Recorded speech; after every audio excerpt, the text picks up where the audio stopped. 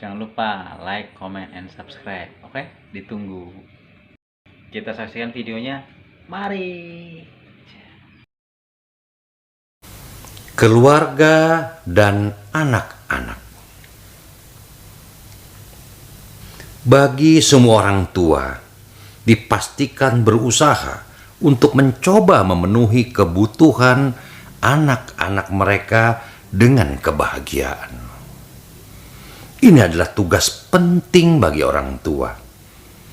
Anak yang dihadirkan ke dunia ini dan semua tindakan mereka akan menunjukkan identitasmu sebenarnya di dunia. Tiada yang lebih berharga bagi orang tua selain memikirkan masa depan anak-anak mereka. Tapi kebahagiaan dan jaminan hidup, apakah hal itu mutlak didapatkan dari tindakan seorang manusia? Nilai kehidupan yang baik atau jahat yang sudah ditanamkan oleh orang tua dari anak-anaknya. Bukankah semua itu adalah nilai dasar dari semua perbuatan? Idealisme dan pembelajaran bisa mengembangkan karakter, moral, mental, dan etika manusia. Di mana seharusnya para orang tua mempunyai cara dalam mengembangkan karakter anak-anak mereka. Sebagaimana sama besar dan kuatnya orang tua mempersiapkan untuk masa depan mereka. Tetapi kebanyakan dari orang tua dalam prosesnya hanya terpaku dan terpusat dalam menjamin masa depan anak-anak mereka akan materi dan kekuasaan serta kekuatan. Orang tua lupa untuk meningkatkan karakter anak-anak mereka. Juga orang tua yang terlalu khawatir akan masa depan anak-anak mereka. Maka sang orang tua tidak akan mendapat keuntungan apapun dari mereka. Akan tetapi, bagi orang tua yang tidak merasa khawatir akan masa depan anak-anaknya, namun lebih mengutamakan pengembangan karakter, moral, mental, dan etika untuk masa depan anak-anaknya, maka dunia akan memuji anak-anak mereka. Karena masa depan anak-anaknya sudah terikat dengan takdirnya masing-masing. Namun, karakter, moral, mental, dan etika anak-anak harus dibentuk oleh para orang tua dan lingkungan, agar sang anak dapat mampu, kuat, dan sadar dalam menyambut masa depannya sesuai dengan takdirnya masing-masing. Coba perhatikan pada kehidupan yang nyata ini, bahwa anak-anak yang sukses hidupnya adalah kebanyakan atau pada umumnya berasal dari anak-anak yang kehidupan masa kecil dan remajanya dalam lingkungan yang kurang mampu, atau anak-anak yang ditinggal oleh ayahnya dan dibesarkan oleh kekuatan cinta sang ibu. Hal ini dikarenakan sang ibu mendidik dan memberikan harapan masa depan anak-anaknya tidak dengan materi, kekayaan, serta kekuasaan, melainkan dengan sebuah kekuatan cinta dan pembentukan karakter, serta budi pekerti, juga kekuatan mentalitas. Sebaliknya, anak-anak yang sejak kecil ditinggal oleh ibunya dan dibesarkan serta diasuh oleh ayahnya, tidak semua atau kebanyakan mereka mempunyai kekurangan mentalitas dan budi pekerti, juga lebih cenderung ego serta otoriter, sehingga mereka kurang berhasil. Juga mental mereka menjadi rapuh ketika mendapat benturan dan ketidakcukupan dalam kehidupannya. Hal ini dikarenakan sang ayah selalu mendidik dan memberikan anak-anaknya harapan kekayaan, kecukupan, dan kekuasaan, serta kekuatan yang bersifat materi. Wahai orang tua, ingat dan waspadalah bahwa keinginan, ambisi, dan kemarahan, dendam, serta permusuhan orang tua atau para leluhurnya akan menjadi warisan generasinya secara turun-menurun. Maksudnya, orang tua berusaha memberikan semua kebahagiaan di dunia ini, tentunya yang terbaik bagi anaknya. Tapi akhirnya justru memberikan mereka beban. Orang tua ingin memberikan cinta, tapi berakhir dengan memberikan mereka buah kebencian. Renungkanlah hal itu.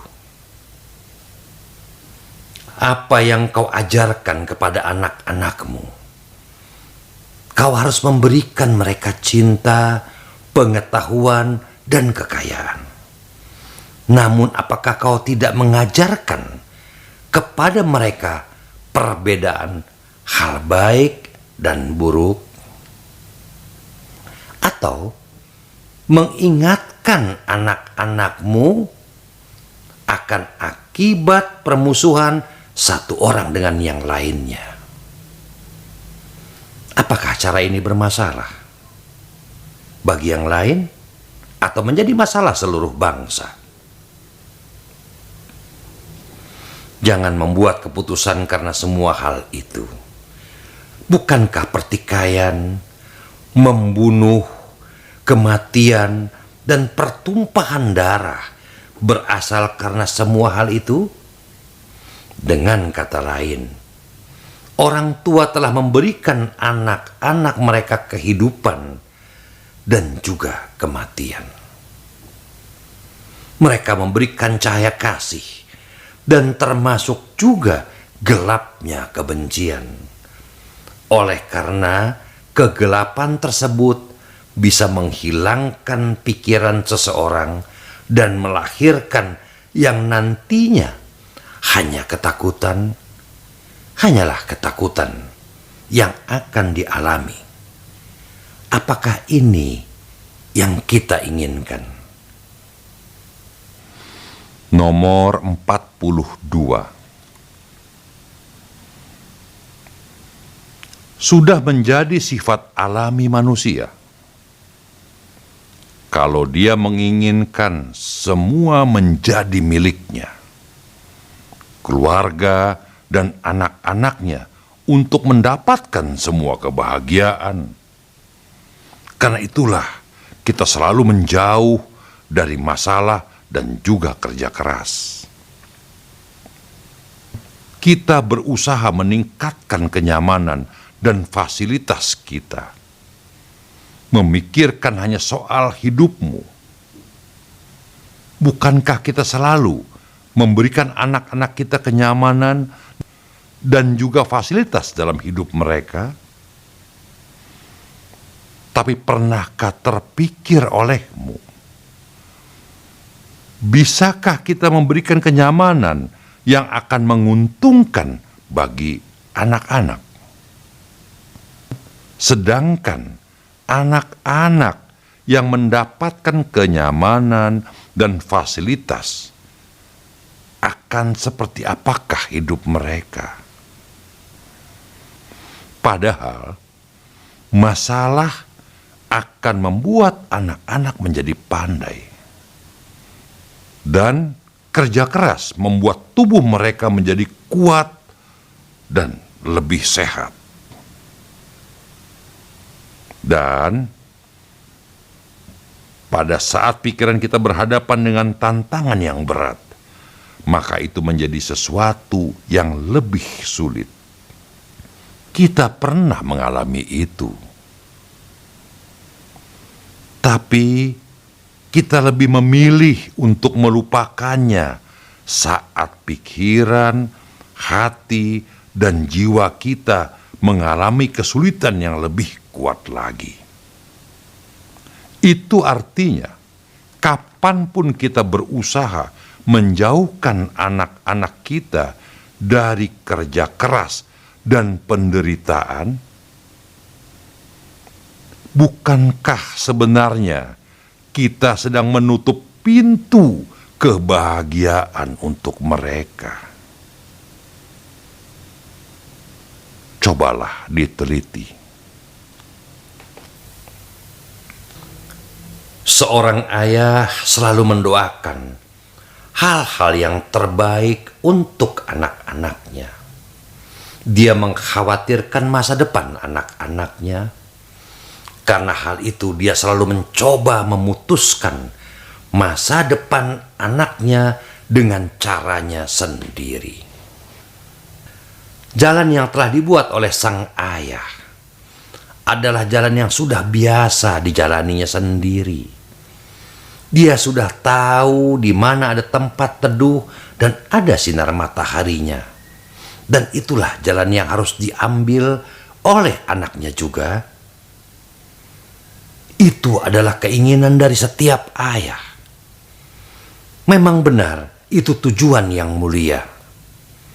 Tetapi kita selalu saja lupa untuk melihat kembali di mana tempat teduh dan ada sinar mataharinya yang biasa dilalui oleh sang ayah. Dengan berjalannya waktu, tempat tersebut ternyata telah berubah dan tidak dapat lagi dilihat anaknya, karena tempat tersebut sudah tumbuh bangunan, mal, dan lain sebagainya. Apakah sang ayah masih mengharuskan pengalamannya dijalani oleh anak-anaknya? Ada 3 pertanyaan. Pertanyaan yang mana? Pertanyaan pertama, bukankah setiap jalan itu berubah bersama waktu? Bukankah waktu selalu menghadirkan tantangan-tantangan yang lebih baru? Lalu, bagaimana pengalaman dari sebuah waktu yang sudah berlalu berguna bagi generasi baru? Pertanyaan kedua, apakah setiap anak adalah gambaran dari orang tuanya? Ya. Pelajaran moral selalu diajarkan kepada anak-anak oleh orang tuanya, kecuali kemampuan diri, karena kemampuan diri adalah suatu kemampuan yang dianugerahkan oleh Tuhan. Jadi apakah kau percaya bahwa di mana jalan sang ayah menemukan keberhasilan adalah jalan di mana sang anak juga akan menemukan keberhasilan? Belum tentu. Pertanyaan ketiga, bukankah cobaan dan tantangan itu adalah keuntungan hidup? Bukankah sebuah pertanyaan baru adalah sebuah pintu menuju jawaban yang baru? Nah, kalau begitu, apakah tindakan mengatur anak dari tantangan, rintangan, dan cobaan yang baru akan menentukan mereka jadi lebih baik atau menyakitinya? Oleh karena itu, sama juga baiknya nanti untuk mengembangkan karakter anak daripada mengembangkan masa depannya. Begitu pula daripada memutuskan hal itu jalan dari kehidupan seorang anak, bukankah membantu mereka menghadapi permasalahan yang baru dengan keyakinan dan pengetahuan yang akan membawa keuntungan bagi anak-anak? Bisakah atau maukah kita berbuat seperti itu? Nomor 41. Setiap anak yang dihadirkan dalam dunia ini sama sekali belum memiliki pengertian yang sempurna tentang dirinya. Ia sama sekali belum mengerti sisi yang baik maupun sisi yang buruk. Itu artinya, dengan melahirkan seorang anak yang tidak memiliki kualitas yang baik, atau sebaliknya, lalu bagaimana mereka bisa mendapatkan kualitas yang baik atau yang buruk? Apa yang sudah mereka dengar berulang kali dari orang tuanya? Maka pasti anak-anak akan menerimanya dengan nilai yang sama. Misalnya, sebuah jalan yang dibentuk untuk sampai ke desa yang bersungai. Itu hanya bisa dilakukan oleh orang yang sudah berulang kali melewatinya. Itu artinya juga keinginan dari orang tua bisa mengembangkan kualitas yang baik atau buruk pada anak-anak mereka. Apakah begitu juga menurutmu? Tapi ketika mereka melihat hal buruk pada anak-anaknya, maka orang tua akan sedih dan tidak bahagia. Para orang tua pada umumnya bertanya pada dirinya sendiri, di manakah anak-anak mereka belajar hal-hal buruk dan tidak bermoral seperti itu? Sebenarnya adalah orang tua tanpa sadar telah memberikan dan contoh yang buruk dan tidak bermoral pada anak-anaknya, yang kemudian hal itu menjadi berkembang dalam pikiran hingga ke dalam hati mereka. Apakah hal ini dapat kita sadari? Artinya, orang tua yang menginginkan anak mereka bisa menjadi bijaksana dan benar, maka mau tidak mau, orang tua harus bisa mengendalikan hasrat diri mereka terlebih dahulu. Bukankah itu yang penting? Semua orang tua seharusnya memikirkan hal ini.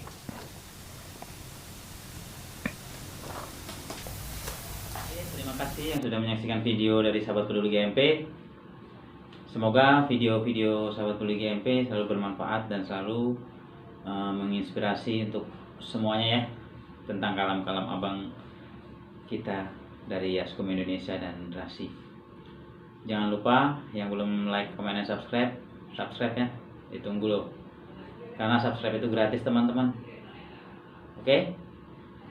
Terima kasih dan salam sejahtera bagi kita semua. Bye bye.